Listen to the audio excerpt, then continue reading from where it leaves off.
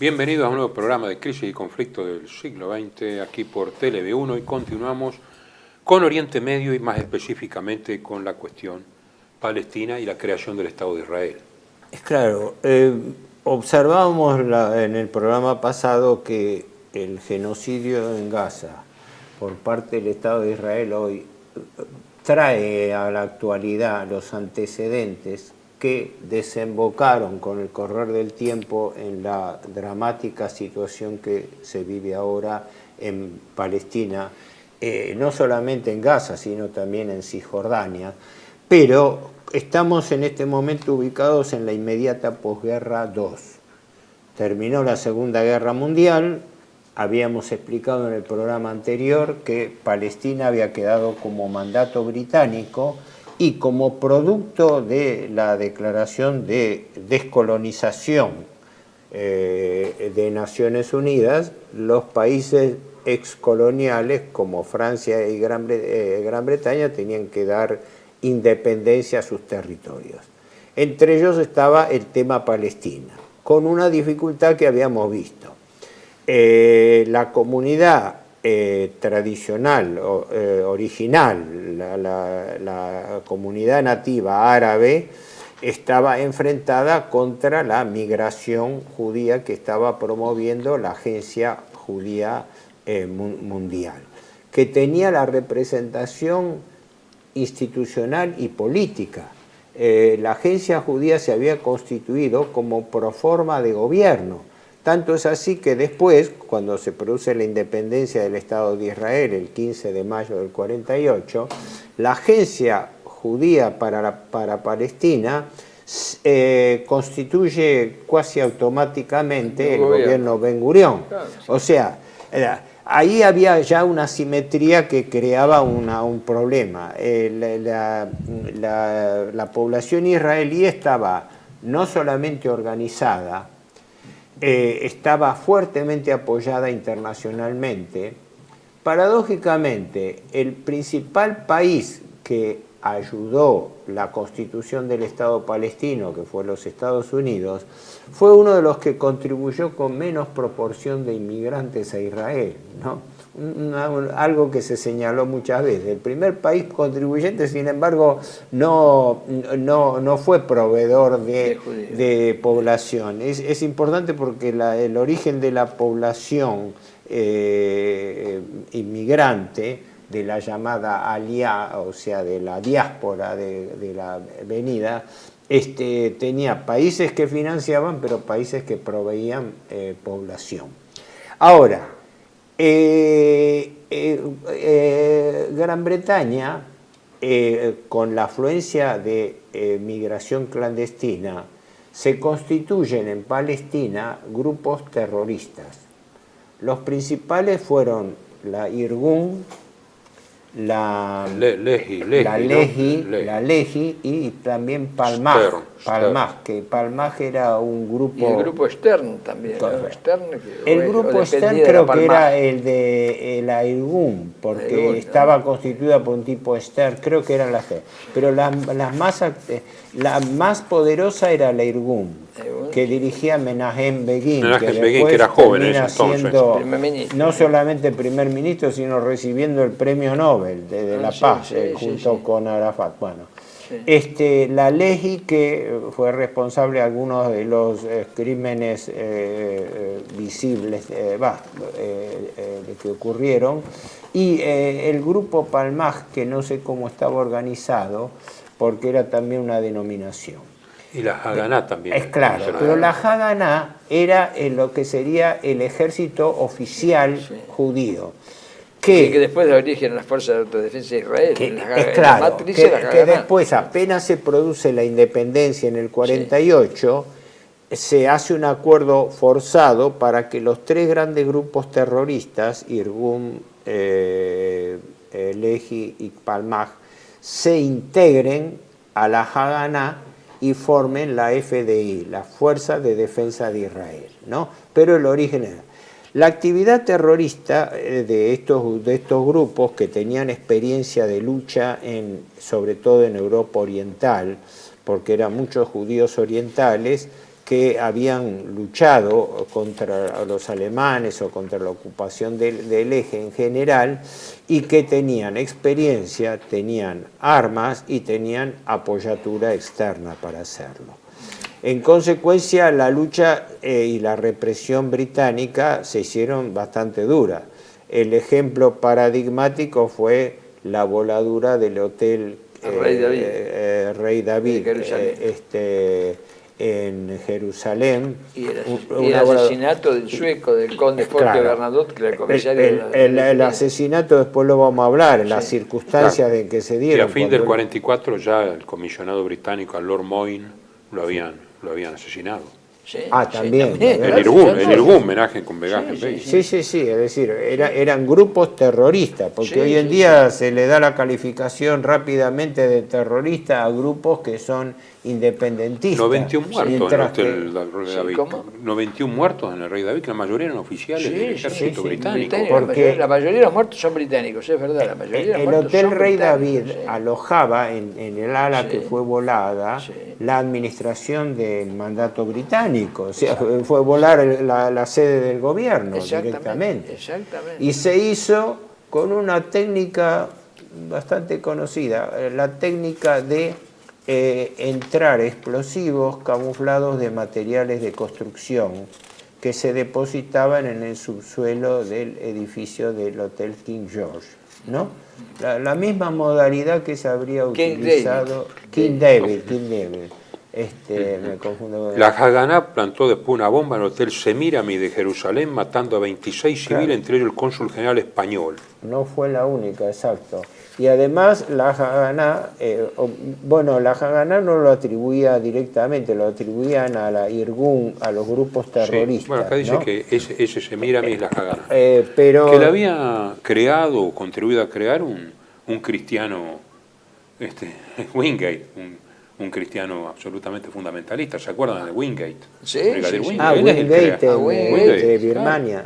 El que después estuvo en Birmania, él creó. Claro. Que eran sionistas. Era un cristiano sionista. Es curioso porque era como se llama el cierre de los 180 grados. Hoy también son los que apoyan. Sí. Es decir, los grupos cristianos, no sé si llamarle fundamentalistas porque la palabra no me gusta. Pero surge ahí, cuando hablan de fundamentalismo, surgen de los protestantes son fervorosamente, duros. Exactamente. ¿No es en Sabri Chatila también que hay colaboración cristiana? Sí, la hay. La famosa masacre de Sabri. Es oficial. La matanza la habrían hecho grupos falangistas cristianos, pero apoyados por el gobierno de Sharon. Que Sharon fue procesado por eso. El último en reconocer esto es Benjamín Netanyahu. Netanyahu lo dijo hace poco, que las agrupaciones confesionales bautistas y demás en los Estados Unidos y en todo el mundo aportan, son más de 600, son 300 millones, o no sé cuánto, que apoyan abiertamente, son nuestros mejores colaboradores. Yo lo dijo Netanyahu hace poco. O sea que es confesión de parte, pero está claro que lo dicen ellos, ¿no? Ahora, vamos al tema en cuestión. ¿Cómo se plantea el problema? La presión, sobre todo, de la judería internacional, pero en particular de Estados Unidos, presiona a través de Naciones Unidas para que se constituya una comisión específica para definir la cuestión palestina. ¿Qué es lo que se constituye? La llamada UNSCOP, o sea, era la Comisión de Naciones Unidas para el Desarrollo de Palestina, cuya misión se constituye en el año 47, cuya misión era recomendar cuál iba a ser la delimitación entre los dos estados, porque se partía de la base de que no iba a poder haber una convivencia y un gobierno unificado árabe-israelí, ¿no? Pero el trazado de la delimitación era un verdadero engendro, ¿no? Eso es cierto.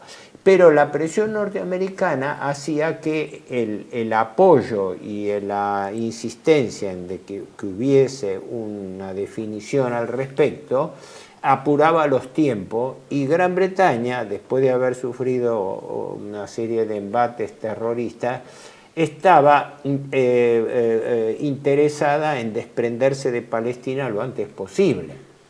vamos a decir la verdad, fue algo escandaloso.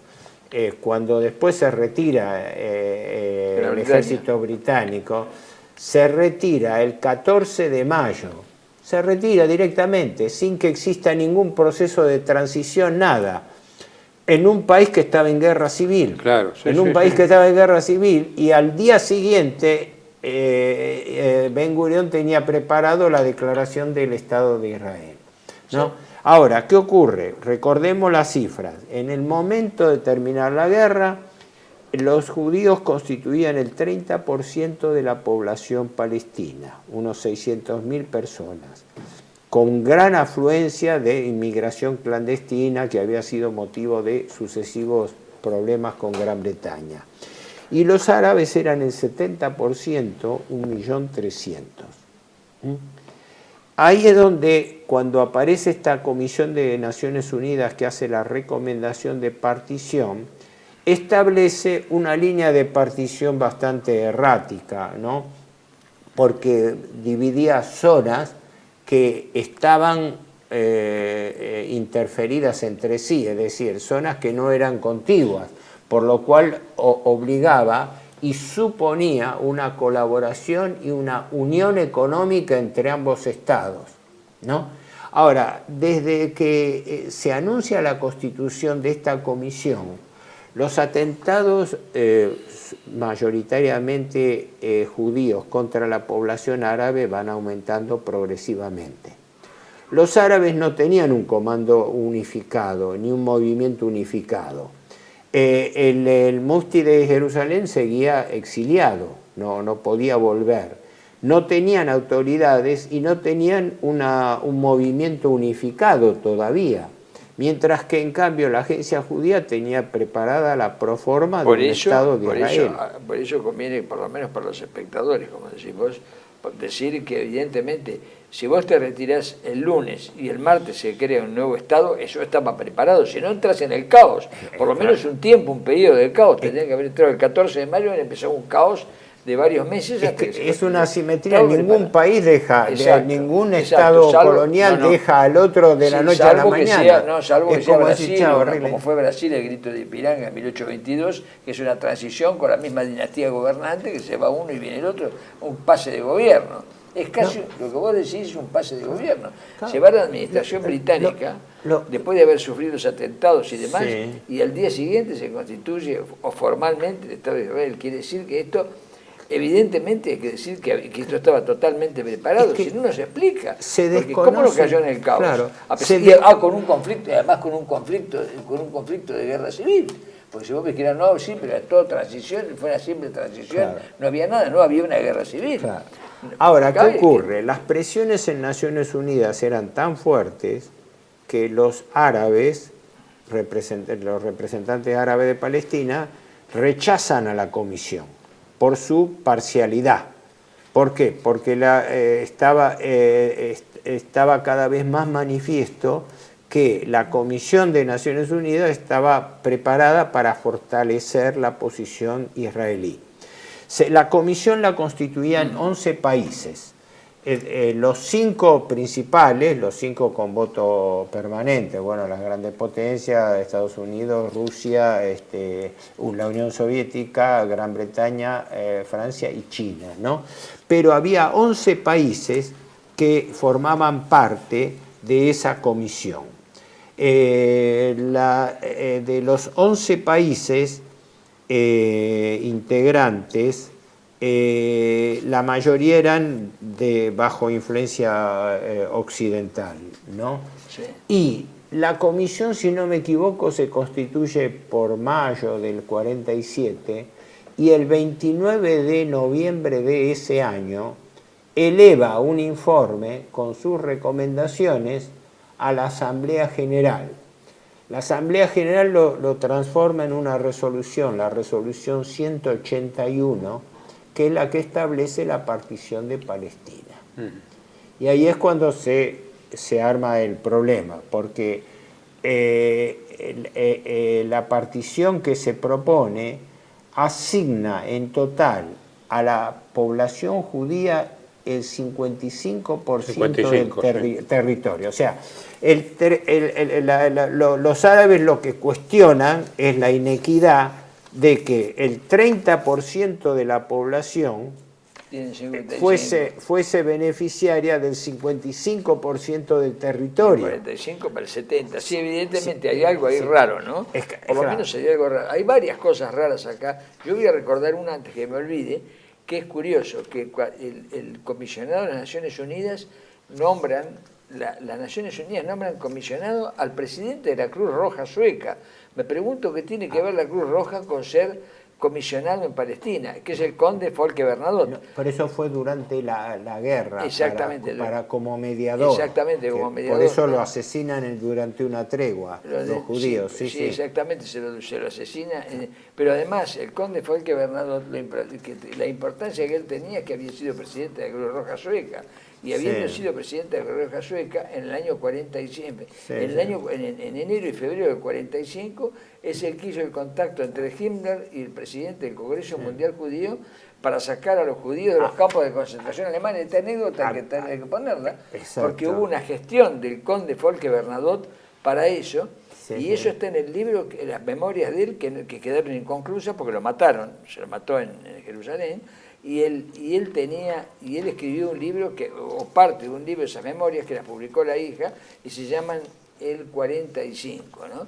En ese libro de memorias, el conde Folke Bernadotte comenta estos casos de que un señor, creo que el presidente del Congreso Mundial Judío o algo así, se llamaba Weiss, o algo así, Weiss, estuvo en Berlín, en Hohenlimburg, reunido con Himmler, para evacuar los judíos, y Himmler le dijo, evacuémoslo rápido porque se están muriendo de hambre, estamos en una crisis terminal, como ustedes sabrán. Eso lo cuenta en el libro Los últimos 100 días John Toland. John Toland, Los últimos días del bombardeo de Berlín, un representante, no sé si era el titular del Congreso Judío Mundial, estaba en Berlín bajo las bombas con el auspicio sueco para tratar de definir el tema de y están las memorias del médico de Himmler.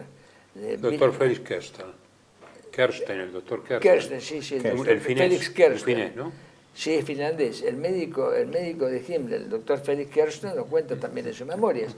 No, esto es una cosa un dato que, ¿cómo se llama? Que Hollywood no lo tiene en cuenta, pero hay que tenerlo en cuenta porque si no... Lo que vos decías, el 55% del territorio, a mano de los judíos, son 14.100 kilómetros cuadrados, con 400.000 palestinos y 500.000 judíos. El tema es no es minoría, es prácticamente la misma población. No, claro. Y al 44% a los palestinos con una minoría de 10.000 judíos. Sí.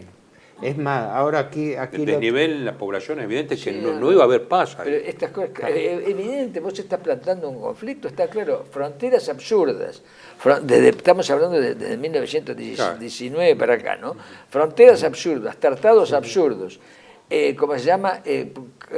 Vías de colonización no previstas. Crear todo el clima para una guerra civil, se creó ese clima. No, pero matar a los delegados. Pasó en África, que uno ve las fronteras así, pero mirá la frontera, con desprecio de las tribus. ¿Pero entonces, qué te parece? la guerra civil es por eso continua. le llamo fronteras geométricas, no geográficas. No respetan la geografía, respetan la geometría. Entonces, tema es así. Cuando vos confundís la materia, las cosas van mal, ¿no? Es que antes de la independencia había estallado una guerra civil. ¿Por qué? Porque los grupos terroristas judíos empezaron a hacer acciones de terrorismo contra la población árabe. Que se fue replegando.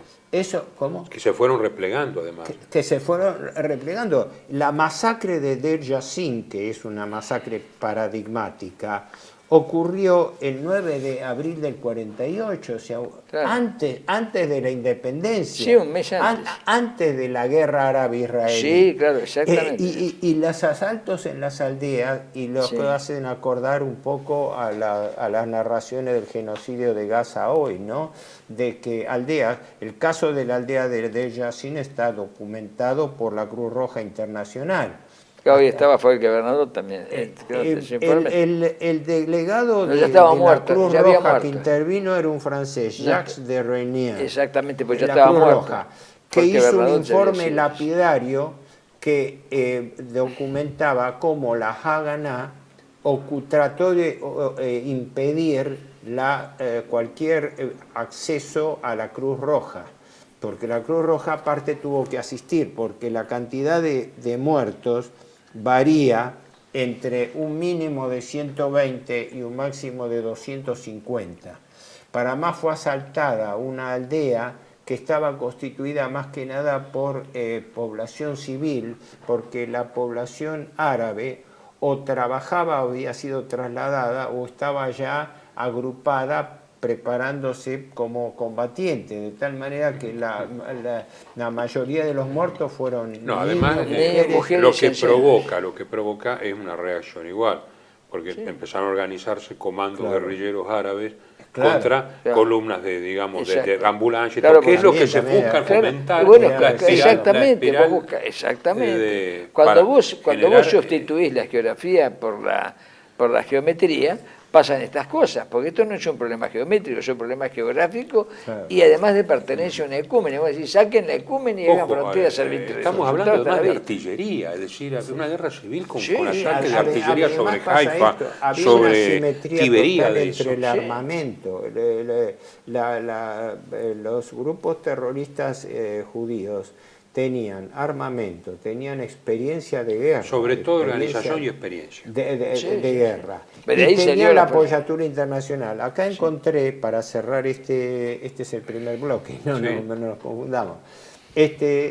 Los 11 países miembros eran Australia, Canadá, Checoslovaquia, Guatemala, India, Irán, Países Bajos, Perú, Suecia, Uruguay y Yugoslavia.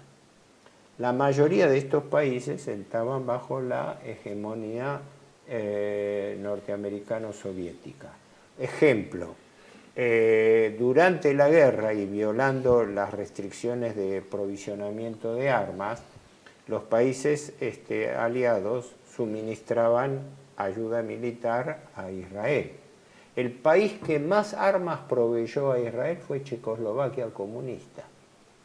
Así que tanto la Unión Soviética, inmediatamente de hecho esta partición, los dos países que casi que se codearon para ser los primeros en apoyar al Estado de Israel fueron Estados Unidos y la Unión Soviética.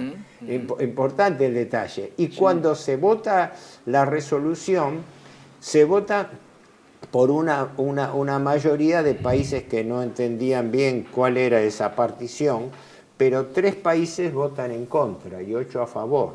Los 3 países que votan en contra fueron Irán, India y Yugoslavia. Que la Yugoslavia de Tito mantenía una independencia. Claro, sí. Tercerismo, la votación en sí, ahora no recuerdo cómo fue, pero fue aprobada. Esa resolución, la resolución 181, fue la que sirvió de base a la partición asimétrica de Palestina. Perdón, hacemos un alto y seguimos el otro bloque.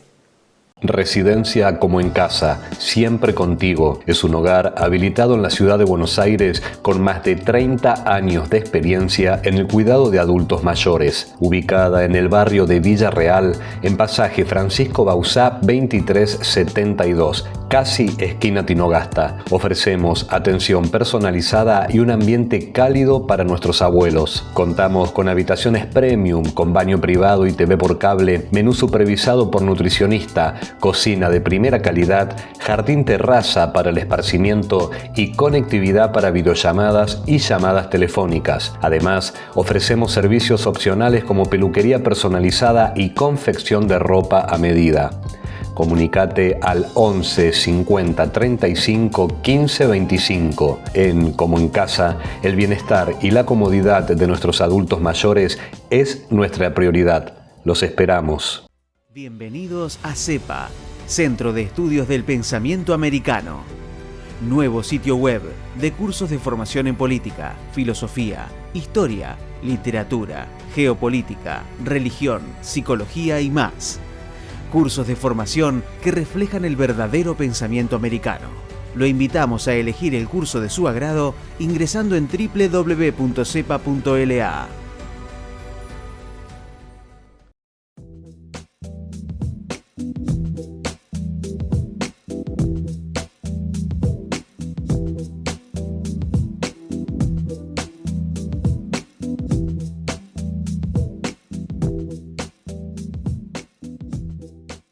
Decir siempre la verdad primero tiene un precio. Dependemos de tu ayuda. TLB1, toda la verdad primero.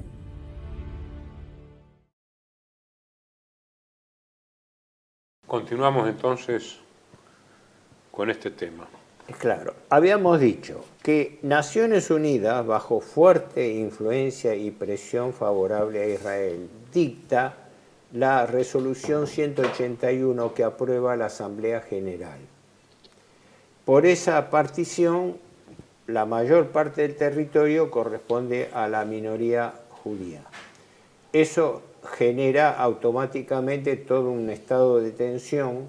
Gran Bretaña se retira, llamémosle así, en cierto sentido podríamos utilizar la expresión un poco escandalosamente, sin posibilitar ninguna forma de transición, y deja librado a su suerte un país que estaba en guerra civil, donde las comunidades israelíes y árabes estaban enfrentándose, con una diferencia bastante grande, que los israelíes estaban mucho más organizados, armados y apoyados que en los países árabes. Es que había sido descabezado el liderazgo de los árabes con la revuelta del 36. Claro, los habían se desarmado. señaló eso. Cuando fue la represión británica de la revuelta árabe independentista del 36-39, con eso se desmanteló. Y eso explica el movimiento ¿cómo se llama?, del Gran Mufti de Jerusalén. Ahí explica, ahí se explica. Él estaba exiliado, él estaba en Egipto. Sí, claro, pero después se pasa a Alemania. Y aún así, en un Egipto del rey Farouk. Sí, sí, sí. Un Egipto de un rey sometido a la influencia, a la dirección británica. Exactamente. Ahora, ¿qué ocurre? Los incidentes crecientes de la guerra árabe-israelí fueron realmente importantes, porque desde noviembre, desde fines del año 47, se empiezan a incrementar los incidentes, ¿no? Frente a la cual no hay posibilidad de intervención, no hay intervención externa. Cuando existe un conflicto en un lugar, lo lógico es que se mande una fuerza internacional de contralor, no dejar librado a la suerte, y todavía peor, cuando uno de los bandos es apoyado abiertamente por sectores extranjeros. Todo eso, bueno, va increyendo. La proporción de inmigración judía es importante. Yo tenía acá cómo había sido la evolución de la migración. Como dato, ¿no? Truman quiso persuadir al Congreso de Estados Unidos que permitiese a un gran número de judíos establecerse en Estados Unidos. Y el 31 de agosto del 46 pidió formalmente al gobierno británico que emitiese 100.000 certificados de inmigración, dijo Truman. Ningún otro problema es tan importante para quienes han conocido los horrores de los campos de concentración. La respuesta británica dice: en los campos europeos hay muchas más víctimas de Hitler, los judíos no deben ponerse a la cabeza de la lista. Terrible, ¿no?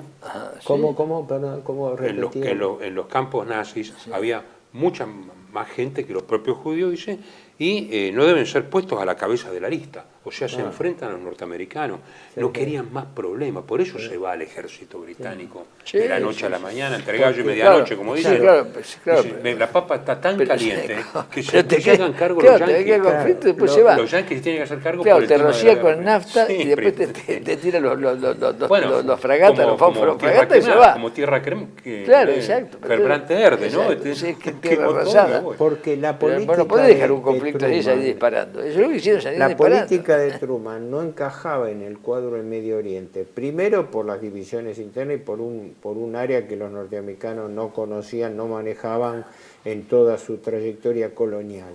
Pero después por una razón, Truman estaba pensando en la aplicación del Plan Marshall.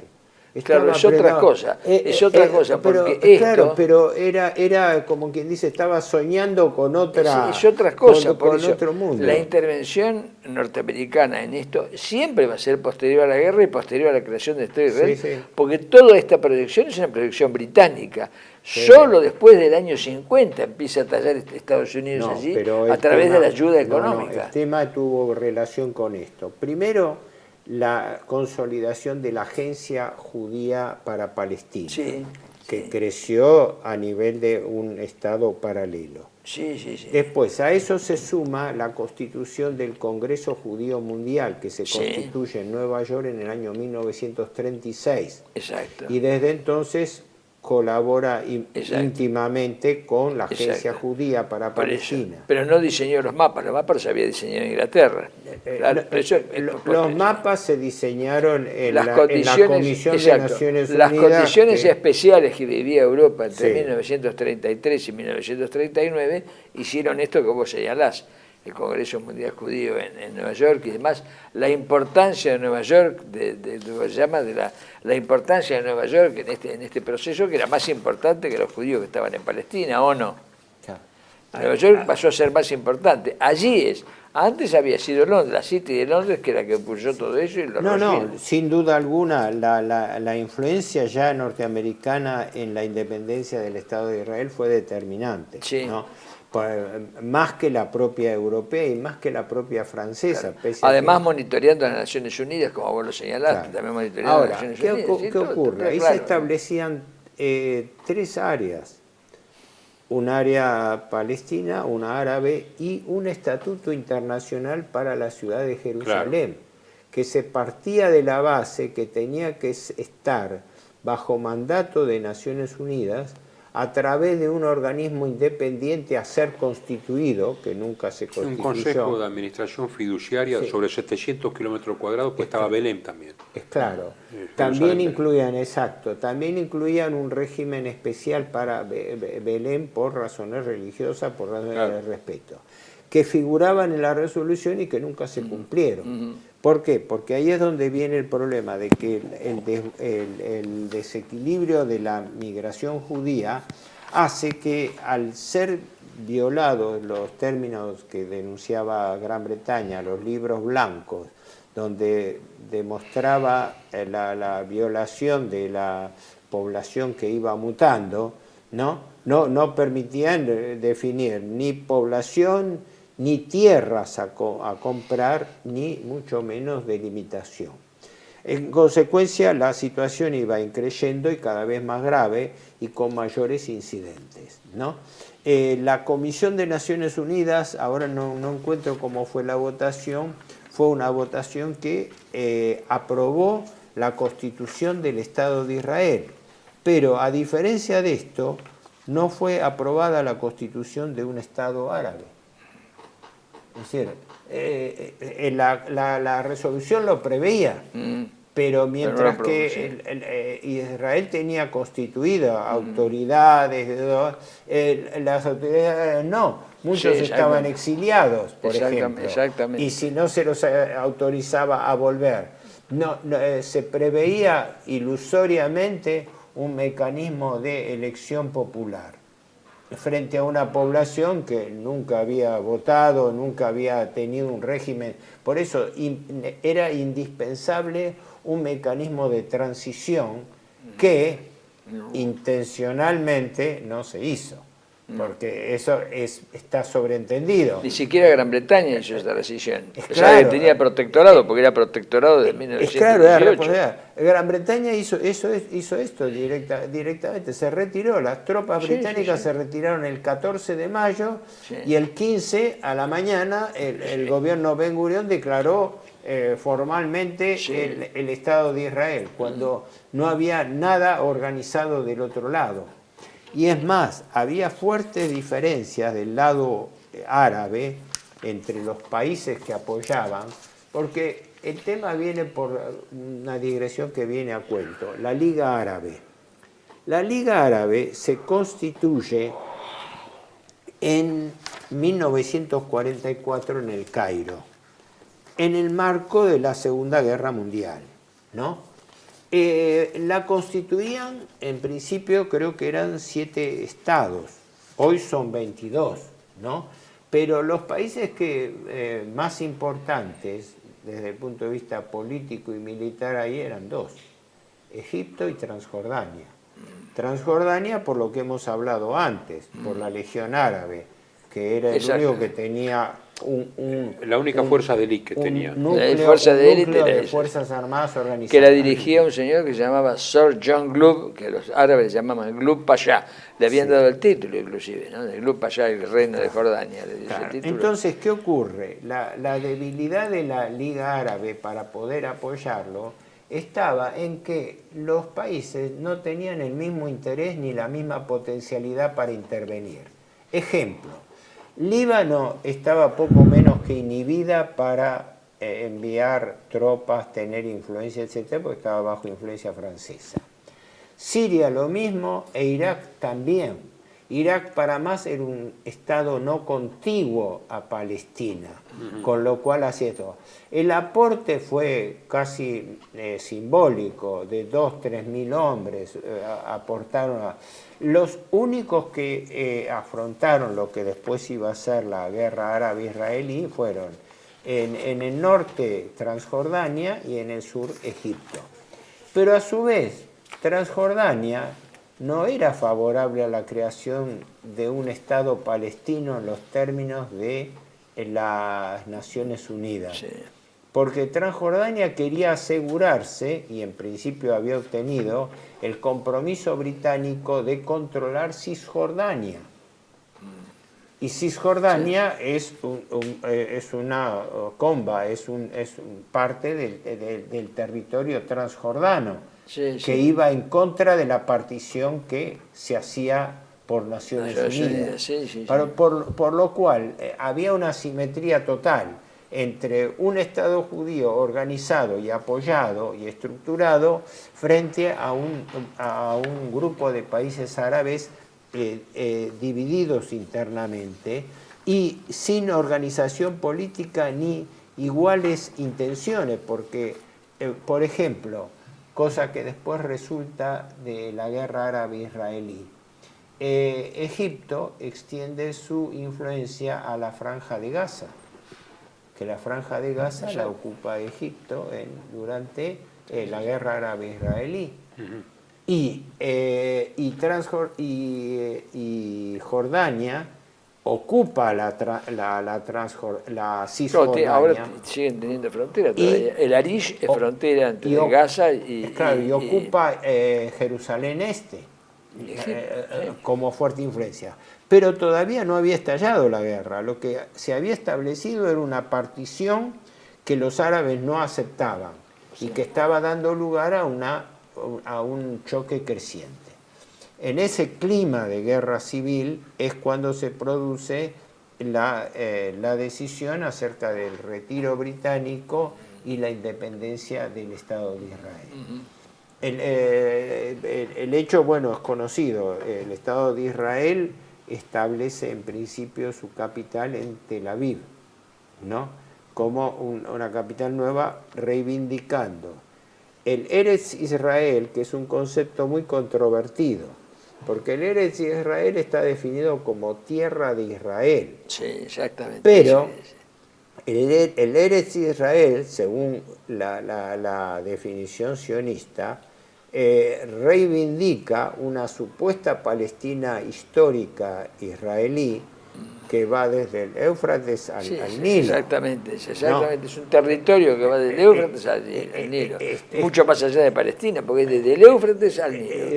Por eso va de Irak hasta Egipto. Definir un territorio donde una parte minoritaria tiene la mayoría de la asignación territorial, incluso todo el desierto de Negev, y se le da a último momento también la salida al Mar Rojo por el puerto de Eilat, sobre el Mar Rojo, en el Golfo de Aqaba, que uno ve eso como una construcción geométrica deliberada a los fines de darle al Estado, de tal manera que se tenía estratégicamente, por eso un Estado aliado a Occidente que abarcaba del Mediterráneo al Mar Rojo como alternativa de salida, que era lo que trataban los norteamericanos, porque no nos olvidemos que simultáneamente el gobierno norteamericano,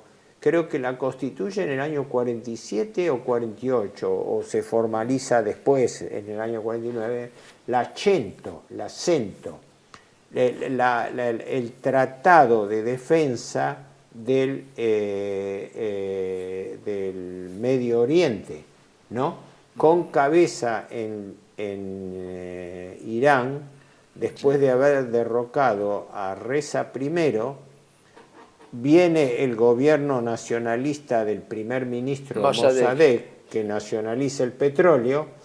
Entonces se produce una operación coaligada por el Intelligence Service, la CIA norteamericana y los grupos políticos correspondientes para derrocar a Mossadegh y poner como rey aliado títere al Shah Reza II, que es el que después es derrocado en el año 79 por el Ayatollah Khomeini. Entonces, dentro de ese esquema, los norteamericanos fueron y constituyen hasta ahora el aliado biunívoco incondicional de Israel, y recíprocamente son una misma cosa desde el punto de los intereses norteamericano-israelíes en el Medio Oriente por esta unión, y el detalle está en la salida al Mar Rojo. No es secundario eso, de que se haya dibujado el mapa con una extensión al Mar Rojo. O sea que los árabes en realidad tenían justificada su oposición, porque es el día de hoy de que se ha invocado de que la negativa árabe fue la que frustró la creación de una Palestina, cuando era una división asimétrica. Se objetaba una división injusta del territorio. Eso es importante porque hoy en día se invoca eso como antecedente.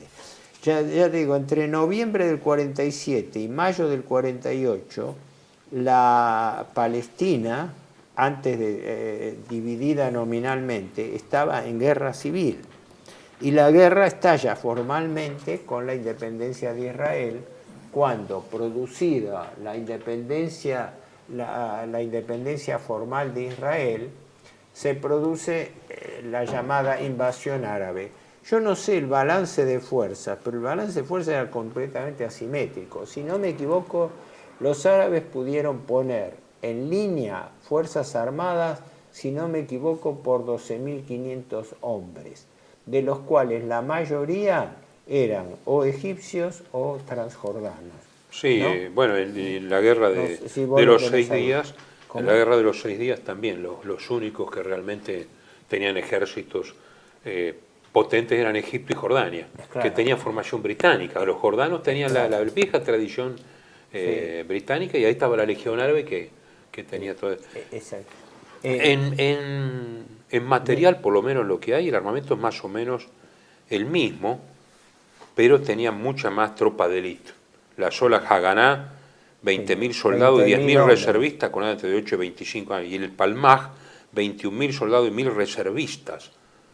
Pero toda esta gente había peleado en distintas instancias, en la zona, en la Segunda Guerra. En la Segunda Guerra tuvieron el ejército británico. Tuvieron una legión judía. Sí, el ejército británico. En Inglaterra tenían una legión judía también. El ejército británico, por eso. Más 35.000 soldados en general, de 15 a 18.000 soldados de las Haganá, más fuerza de guardia, 20.000, más el Irgun y el Lehi, 2.500 miembros, y dice soldados que lucharon en el ejército británico y que no sirvieron en ninguna de las milicias sionistas clandestinas, pero que prestaron además apoyo logístico. Claro, era lo que yo decía antes, que los 3 grupos terroristas, Irgun, Lehi y Palmaj, fueron compelidos políticamente a integrarse en la Haganá para constituir la FDI, la Fuerza de Defensa de Israel, y que tenían fuerte experiencia, formación y comando unificado. mientras que los países árabes no solamente no tenían suficiente cantidad de fuerza, los árabes, si bien en cuanto a número general eran mucho mayores, en cuanto a fuerzas en el terreno, creo que las fuerzas en el terreno me suenan que eran unos 12.500 hombres, de los cuales por lo menos 3 países, Siria, Líbano e Irak, aportaron 1.500, 2.000 hombres cada uno como una Líbano representación. 3.500, 800 de Arabia Saudí, ¿Y de en Yemen. total cuánto tenés de Nada, árabes? nada. Sí, yo tenía por acá la cantidad de árabes. 8.000 soldados transjordanos sí tenían artillería, vehículos armados, y se incorporaron 3.000 más. Creo que está mejor organizado, ¿no? Irak tenía un ejército de 21.000 hombres, pero solo tenían 18.000. Egipto tenía 40.000 soldados, pero había Irak 10.000 hombres. destinó una unidad solamente al combate. Claro, Y creo que fueron después se 10.000 bajo retiró. de Ali al-Muawi, la fuerza del ejército 54 aviones. Siria 12.000 soldados, aviones de la Segunda Guerra Mundial. Sí. El tema es que quiénes estaban en la línea de frente, pues en el fondo Por eso es lo que ejemplo, cuenta. los árabes no tenían aviación, Muy poco. mientras que así tenían algunos aparatos aislados, mientras que la aviación judía ya había sido constituida y tenían también incluso defensa antiaérea. Aquí hubo un famoso incidente por el cual, por una confusión, el ejército israelí derribó 4 cazas británicos Sí. que habían partido de Egipto en una misión de exploración y supuestamente confundidos con aparatos enemigos, fueron derribados por la artillería antiaérea israelí. Sí, incluso un aviador israelí, que foto de todo, derribó con su Mustang un avión británico. O sea, hubo sí, confusión, que eran, no sé. pero por ahí había una pero venganza, entre comillas, no sé. denota Porque denota lo que yo llamo la asimetría de poder. No estaba preparado militar. el mundo árabe y Y como el no mundo estuvo árabe preparado no tenía después, un plan conjunto, hasta no el tenía. 73, hasta la guerra de Yom Kippur, no estaba preparado de la misma manera. Bueno, pero continuamos en el próximo bloque con la guerra en sí. Sí. Residencia como en casa, siempre contigo. Es un hogar habilitado en la ciudad de Buenos Aires con más de 30 años de experiencia en el cuidado de adultos mayores. Ubicada en el barrio de Villa Real, en pasaje Francisco Bauzá 2372, casi esquina Tinogasta. Ofrecemos atención personalizada y un ambiente cálido para nuestros abuelos. Contamos con habitaciones premium, con baño privado y TV por cable, menú supervisado por nutricionista, cocina de primera calidad, jardín terraza para el esparcimiento y conectividad para videollamadas y llamadas telefónicas. Además, ofrecemos servicios opcionales como peluquería personalizada y confección de ropa a medida. Comunicate al 11 50 35 15 25. En Como en Casa, el bienestar y la comodidad de nuestros adultos mayores es nuestra prioridad. Los esperamos. Bienvenidos a CEPA, Centro de Estudios del Pensamiento Americano. Nuevo sitio web de cursos de formación en política, filosofía, historia, literatura, geopolítica, religión, psicología y más. Cursos de formación que reflejan el verdadero pensamiento americano. Lo invitamos a elegir el curso de su agrado ingresando en www.cepa.la.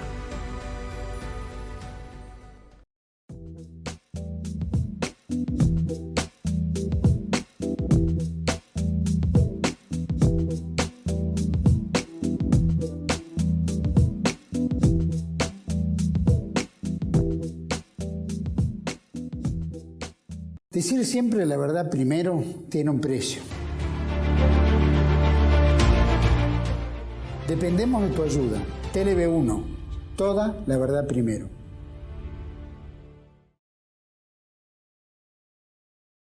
Bueno, ahora vamos concretamente a la primera guerra árabe-israelí, 1948. Claro, esta fue la guerra que definió el panorama que, bueno, después fueron herencia las guerras posteriores. La guerra del Sinaí de 1956, la Guerra de los 6 días de 1967, la Guerra del Yom Kippur de 1973, después estuvo la operación en el Líbano, la operación en el Líbano en 1982, y bueno, y luego el estado de guerra permanente que existe en la actualidad. Pero ¿qué pasa? Esto fue lo que definió el cuadro de situación que instrumentó la resolución de Naciones Unidas. Es un estado de guerra que tiene ya 70 años. Sí, más, se más. vivió en guerra. Lo que ocurre es esto, que la Va a cumplir 80 Organización Sionista Mundial había partido de la base de un solo Estado judío, donde se negaba la participación árabe, hasta tal punto que lo que se especulaba era algo así como, podríamos llamarlo, un Estado judío con mayoría árabe, no con minoría árabe, sino con mayoría árabe, porque el control básico, estratégico y territorial iba a corresponder al Estado judío. Breve carta de Ben Gurión a su esposa del año 47. Un Estado judío parcial, proyecto del 37 del ocupante británico que nunca llevó a cabo, será solo un comienzo. Hay que planear organizar un ejército de primera y utilizar la coerción o la fuerza para absorber toda la extensión del país. O sea que en Ben Gurión ya estaba esto. Sí, estaba. Y Ben Gurión, que sería de un partido opuesto al de Netanyahu, pues Ben Gurión era laborista, ¿no? Era laborista, Ben Gurión, era laborista, sí, marxista. Truman veía en Ben Gurión una posibilidad de un filo soviético, ya parece cierto presidente cercano a nosotros, de comunistas de todos lados. Que la élite gobernante del primer gobierno palestino era laborista, fue fuertemente judío-polaca, influenciada por Golda Meir. Golda Meir y todo. Eran fuertemente influenciadas por ideas socialistas comunistas. Se ha dicho que el kibutz es en realidad el ideal comunista de la propiedad colectiva. En un libro de economía... Los koljoses eran, ¿no? En Rusia. Sí, el koljose era en Rusia, la Rusia del Claro, pero ojo que la lógica del kibutz es el de la propiedad colectiva, la propiedad comunista. A través de... No solo la práctica, sino la teoría también, porque parte de la teoría, ¿no? Parte de la teoría, es un concepto, una cosa teórica aplicada sobre la realidad. Y parte de la teoría, ya la propiedad no existe, no hay propiedad privada. Mira, propiedad antes hablábamos de cifras que nunca son exactas. La Haganah había aportado 35.000 hombres. La Irgun, 1.500. ¿Fuerza de defensa estás hablando? ¿Cómo? No, la guerra. La guerra, sí, la fuerza de defensa. Sí. Y el total de la fuerza de defensa israelí, me equivoqué yo mucho, llegaba a cerca de 100.000 hombres. Claro, pero esa era toda gente preparada. Con de 20 a 25.000 veteranos de la Segunda Guerra Mundial. O sea, un cuarto de la fuerza. Y con material aliado. Había, para equipar, digamos, armas de infantería, había 1 de cada 3, hasta que llega las armas checoslovacas. Claro. La Haganah tenía 2 de cada 3 y el resto 1 de cada 3. Y justo llega, que no sé, habría que ver esta operación. Fue notorio el tema de las armas checoslovacas, porque aunque nominalmente se había establecido la veda... Operación Balak se llamaba. ¿Cómo? Operación Balak.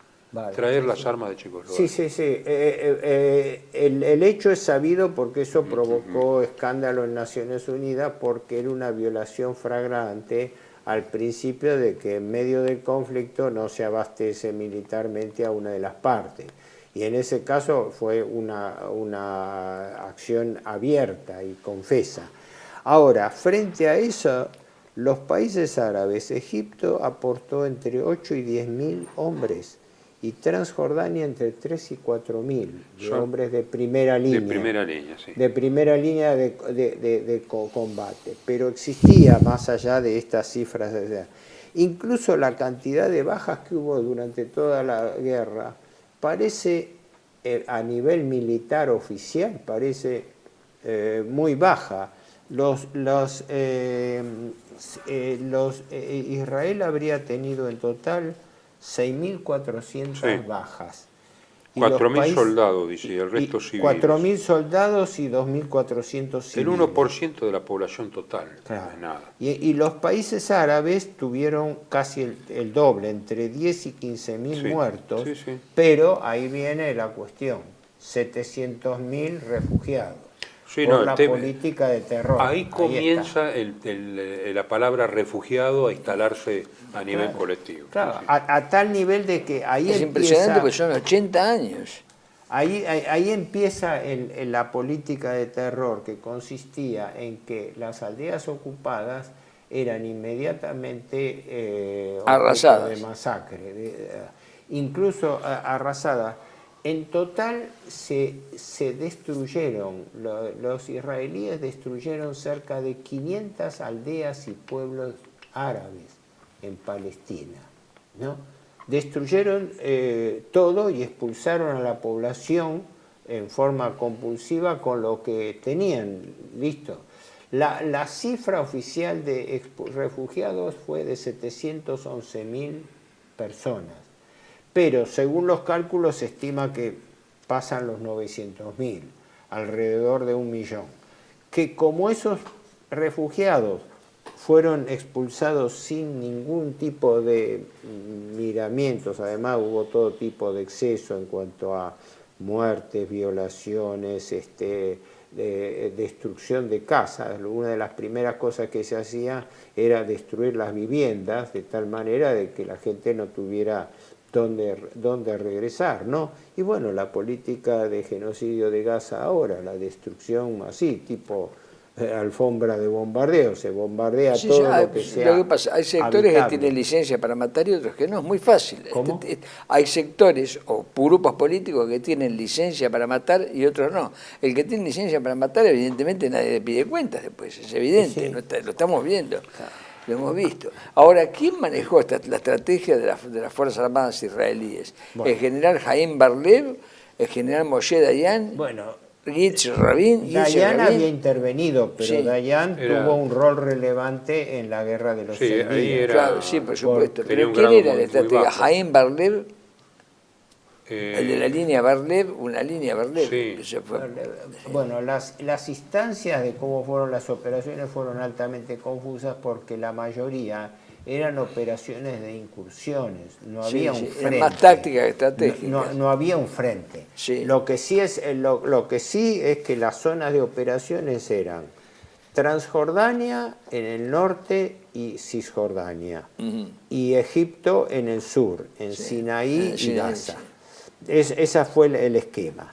Se establecen algunos periodos. En el periodo que fue inicial, desde la resolución 181 de Naciones Unidas, que fue 29 de noviembre del 47, hasta el 1 de abril del 48, fueron creciendo todos los incidentes, de tal manera que la partición de Palestina ya se hacía inviable.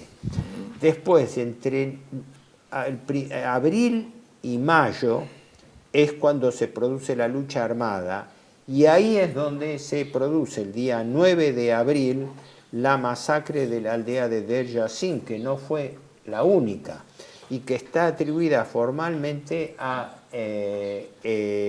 la Irgun y Lehi, con armas provistas por la Haganá. O sea, la Haganá tuvo la hipocresía de decir que ellos no habían intervenido, pero ellos habían facilitado el acceso y las armas para que... Las fuerzas jordanas de Gluck Pasha entraron en Jerusalén. Sí, y tomaron Jerusalén Tomaron Jerusalén sí. Fue lo que fracasó, digamos, la maniobra iraquí desde el Golán, Siria, por eso tuvieron que retirar. Con Gluck Pasha entró. Sí. Pero en el Golán había una situación especial, porque el Golán correspondía a Siria ya desde la época del mandato francés, ¿no? Sí. Y como había minorías, árabes y drusas, ¿no?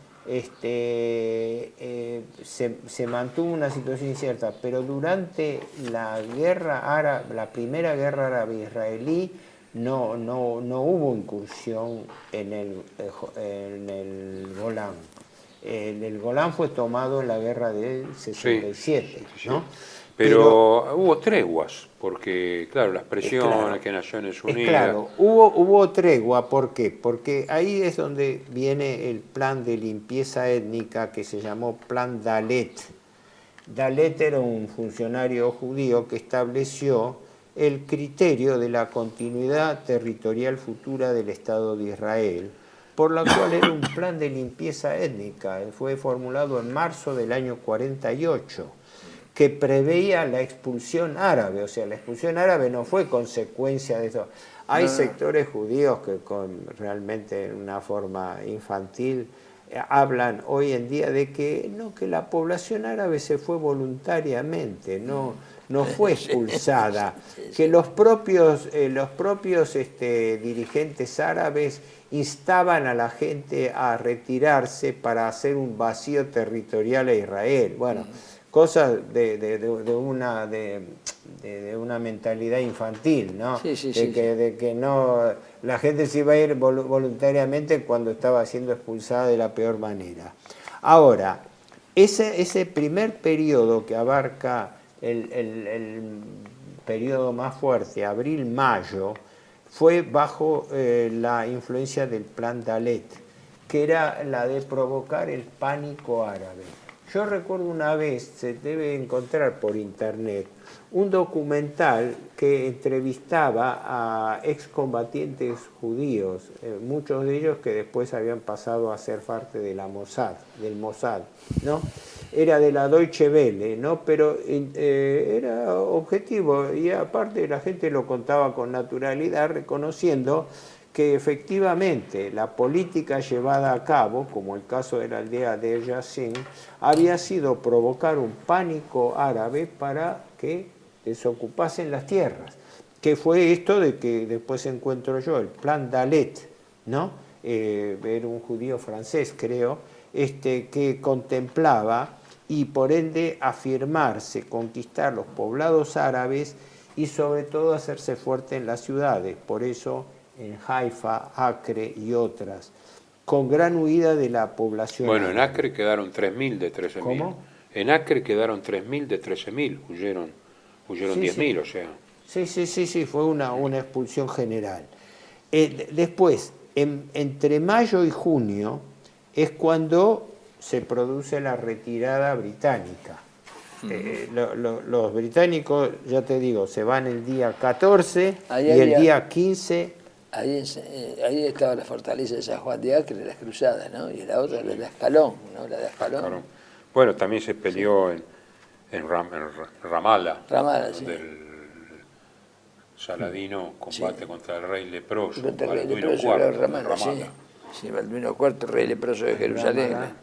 Sí. Exactamente, fue ahí en Ramallah o Ramallah, no sé cómo se dice, pero no sé cómo se pronuncia. Ramallah me decía un árabe. Ramallah, sí está. Decía, el reconocimiento del Estado de Israel por las grandes potencias fue inmediato, ya te digo, creo que el primero que lo reconoció en forma inmediata fue la Unión Soviética. Sí. Estados Unidos desde ya, los países occidentales dieron reconocimiento al Estado de Israel. Y tuvieron el apoyo determinante de quien entonces era secretario general de las Naciones Unidas, Trik-Bellier. Trik-Bellier fue uno de los primeros secretarios generales, creo que era noruego, ¿no? O no sé, norteamericano de ascendencia noruega, sí, escandinavo, que era directamente pro-israelí, ¿no? Sí, tanto es así que por ese motivo era el rechazo.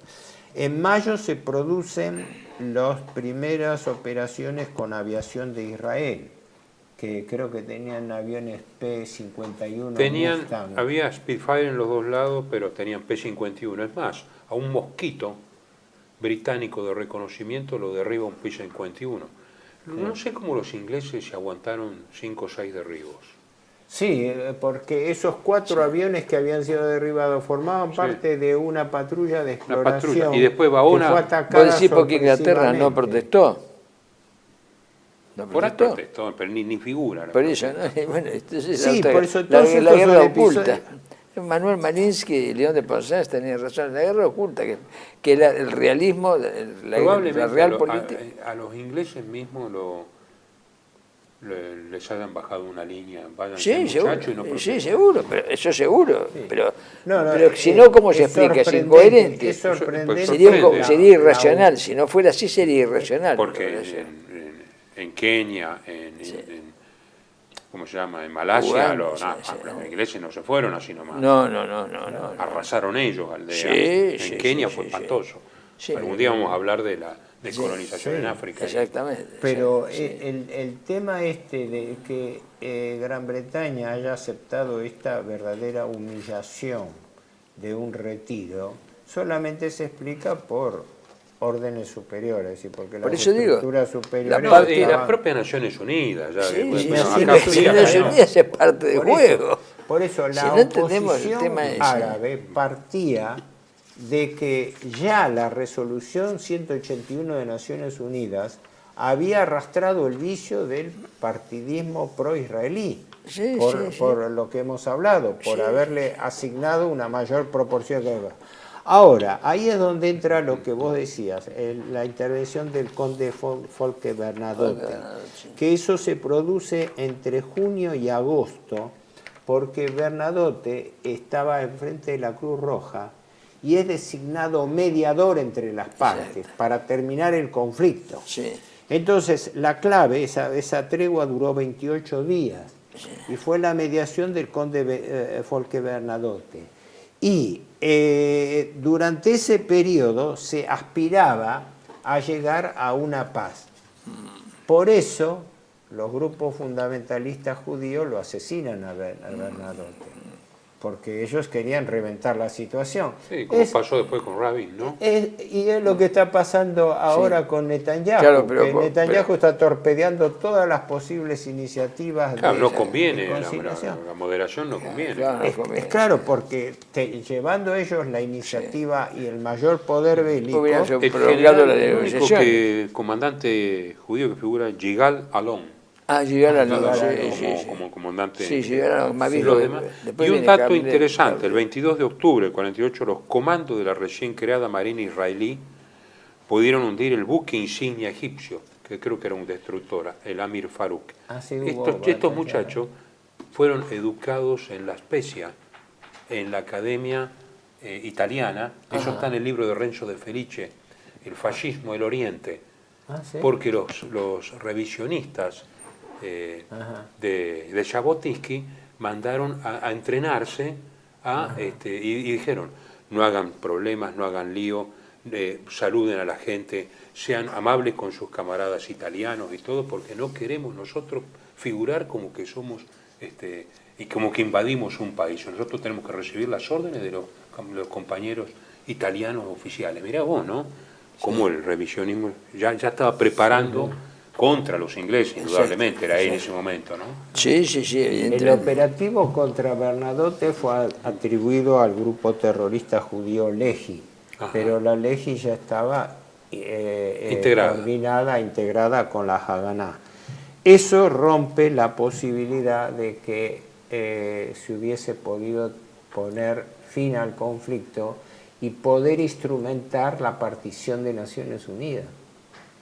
O sea, además, agregamos este detalle que a la gente después les gusta.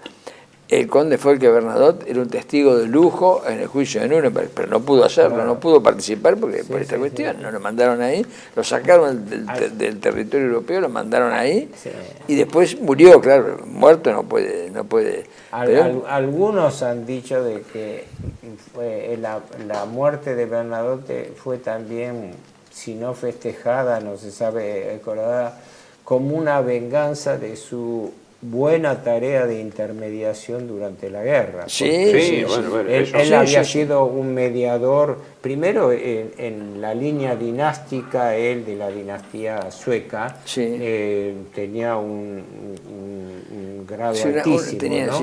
Era primo del rey. Exactamente, era primo del rey por el casamiento de la princesa napoleónica con la familia real sueca. Él descendía del conde Bernadotte, que era de Ciré, la famosa por Desiré, era descendiente de Desiré. Claro, Desiré, y entonces Bernadotte era un mariscal de Napoleón, general mariscal de Napoleón. En resumen, esta guerra... En resumen, hay mucho más que hablar. Yo estaba viendo los capítulos más importantes porque después ya entre julio y octubre, sí, las mejor después de la organizadas muerte fuerzas de Bernadotte, israelíes van avanzando en todas la partes. partición de Palestina queda desarticulada, se produce el avance y bueno, en definitiva se le produce también el retiro egipcio, que las fuerzas egipcias se atrincheran en la zona de Gaza, que por ende queda retenida, pero con idea de que Gaza fuese un territorio egipcio, de la misma manera que los jordanos pretendían que la Cisjordania, como quedó, la Cisjordania quedó bajo jurisdicción de Jordania. Y luego la guerra duró en total 18 meses, algo así, un año y medio. Terminó con el armisticio de 1949, donde... Pero aumentó el territorio un 23%, por encima de lo asignado por Naciones Unidas. Es claro, un 23% efectivamente, porque creo que la superficie total eran 26.000 kilómetros cuadrados, ¿no?, de superficie, de la cual el Estado judío quedó constituido con la mayoría, no tengo acá la superficie exacta, pero con un total de 21.000 kilómetros cuadrados, o sea, con más de las 2/3 partes de la superficie original. Y a partir de ahí, como se recrudece, entre comillas, la Guerra Fría, pasa a ser lo que se llamaba un país llave, importantísimo para la defensa de Estados Unidos. Sí, porque a partir de ahí viene realmente una alianza geoestratégica. El apoyatura norteamericana. Entonces, conclusión de todo esto. Guerra Fría, Medio Oriente, centrada en la cuestión palestina. Eso lleva a la constitución del Estado de Israel, que venía desde la famosa declaración Balfour, con todos sus antecedentes, con la manipulación que hubo a través de Naciones Unidas y con la guerra asimétrica del año 48, donde Israel contó con un apoyo militar determinante.